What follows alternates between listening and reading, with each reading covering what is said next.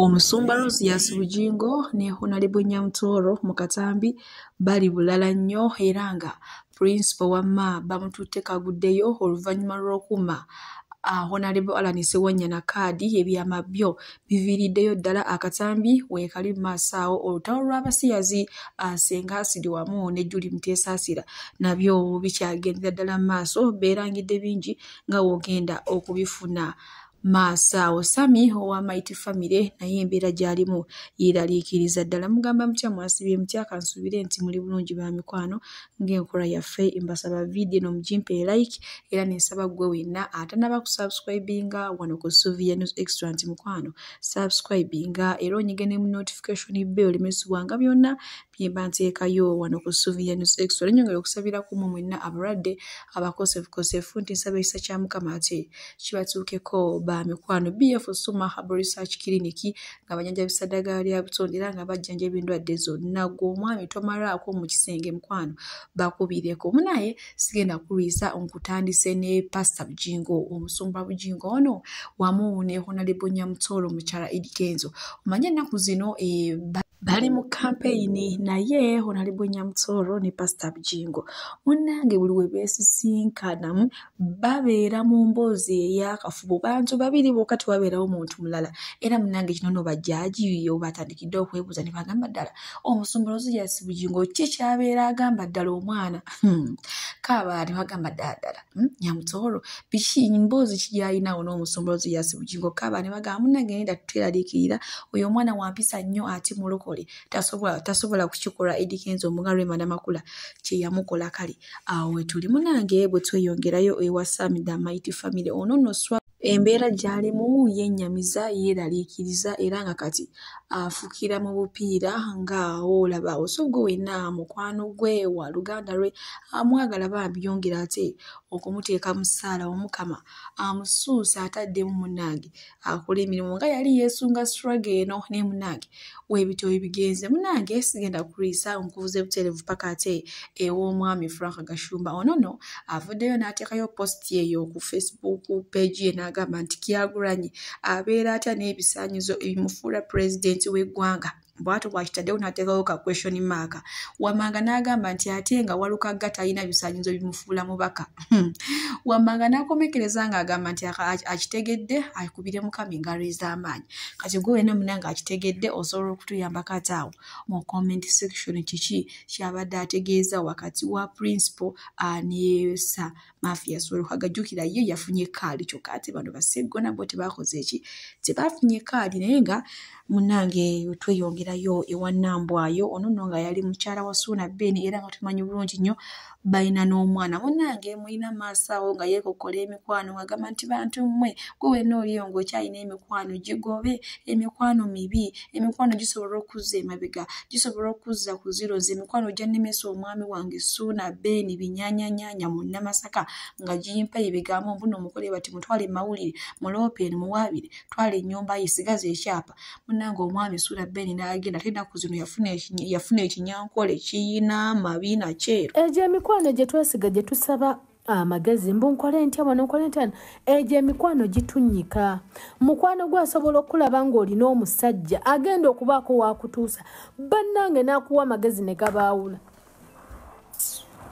friends are so bad mukwano gwe n'apinga relationship yo naye nga just akuwa amagezi ne gabaawula abantu balina emitima balina ettima naye nga baseka naffe kyovula nze ngamba sirina mikwano I don't have friends okitegedde nze emikwano gye nnina ngibalira ku ngalo omu bbiri gumu ebiri nze omuntu asobola okweyita mukwano gwange naye nga si mukwano gwange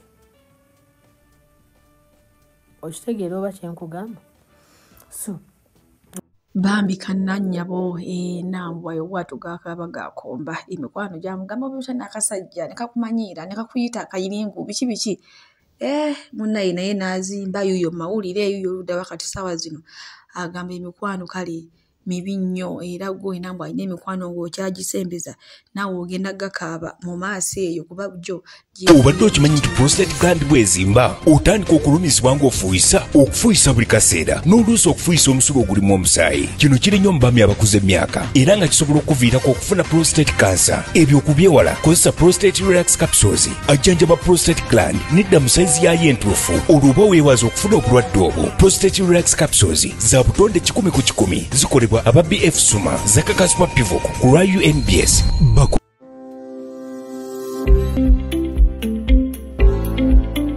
Prostate relax capsules zezikola ku ndwadde z'abaami ez'ekyama aziiza prostate gland okufunda oba okugaziwa. Prostate relax capsules zikuwonya okufukafuka buli kaseera era ziwonya n'endwadde endala ezikwata mu bifo by'abaami eby'ekyama. Buli mwami yeetaaga prostate relax capsules zikwongera ne ku maanyi g'omu kisenge. Zikolebwa aba BF Suma nga be bakolera ne pure and broken gonadama okwongeza CD4 n'asiba yingini y'omubiri gwo n'oba nga tulwalalwala. Munange bwe tweyongerayo ewa Allan Ssewanyana abamu naye ku mikwano gye bavuddeyo ne bakiika ensingo eri Bobi Wine oba Principal oluvannyuma lw'okumumma kkaadi bagambye nti kale yandibadde agima Mary Flavia yandibadde agima Sseggona yandibadde agima Kazibwe Kapo naye mu bantu babadde alina okukulembeza okufuna kkaadi yalibadde ono omwami Allan Ssewanyana nti kubanga ye abonyeebonye ne Swago mbu ye Principal tabonyeebonye nnyo kinene okutoowako ono omwami Allan Ssewanyana mbwe era munange bye byaviirwako ne mukwano gwe okufa omugenzi kati Honorable Ssegirinya Muhammad mbwe era kyeraze lwatu nti bano abantu okubasiba mbu Principal yali emabega wa kino ekijjukira byayitingana awo nti Principal ndaba yabasibisa biki n'ebirala byayogerwa bingi byebyo nno sayidi eno Principal bamuvuga sipiidi eyo oluvannyuma lw'okugaana okuwa omwami Allan Ssewanyana kkaadi munnange kyeraga lwatu nti ye yali mabega w'okusiba bano abantu ababiri omugenzi Honorable Ssegirinya wamu ne Allan Ssewanyana. Abalungi abatuwuliriza era abatulaba olunaku olwaleero tukyaddeko ewa Sheikh Ashraf Dembe. Sebo sanyusa okubalaba amannya agange ye Sheikh Ashraf Dembe akola ku bizibu by'enjawulo omuntu singa aba alina ebirwadde musomereddwa tumuwa amazzi ga lukuya nga bw'obadde ogalaba tugenda abantu ku kyoto ne twokya emizimu emibi egibabaamu n'okulomba edduwa abantu singa abeera ng'ali wano atuuse sobola okumulombera edduwa ne waba atatuuse nga mpadde amanya ge ngali wala maneetaze enamba yange yeno eri 0707763711 namwe banyinaffe abali ebweru oyagala okuba nti oyagala okulombera ku dduwa ng'olina ebizibu viza zibuze amakaga kolongotana sente zikola zimpita mu ngalo ojja kumpeereza ekifaananyi kyo n'amanyago ebyo byokka bijja kummala nja kulombera edduwa ojja kutereera olunaku olusembayo mu mwezi mba n'edduwa eyawamu ffenna n'abalwadde bange abakadde n'abapya. Assalamu alaikum warahmatullahi wabarakatuh.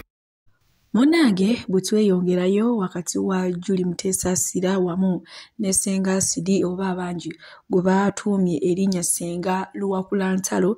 Munange anabaleetiddeko vidiyo za Julie Muteesa Asira nga ayogera biyitirivu nnyo eri Ssenga Asidi kati naye takomye okwamuddiza era mbu munnayi obutuuze bwa Julie Muteesa Asira bwavako ono omukyala Ssenga Asidi mbwe yamukwata n'awandiika ebbaluwa mbunze Julie Muteesa Asira biki kale nga yeefuddeyo nenga yali Ssenga Asidi mbwe yabiwandika mbwe era munange yeewanika empola kubanga obutuuze bwe yafuna e Canada gaali magezi ga Ssenga Asidi bingi byayogedde bannange ddutalo lukyalandira ddala maaso naye abantu bagambe yenze eyatuula n'enkuwandiikira n'emboozi gwe kabizi gwe sisuubira mbu nno manyi n'emboozi yo bweyogera tolina wadde amagezi agatuula n'owandiika emboozi eneetambula bulungi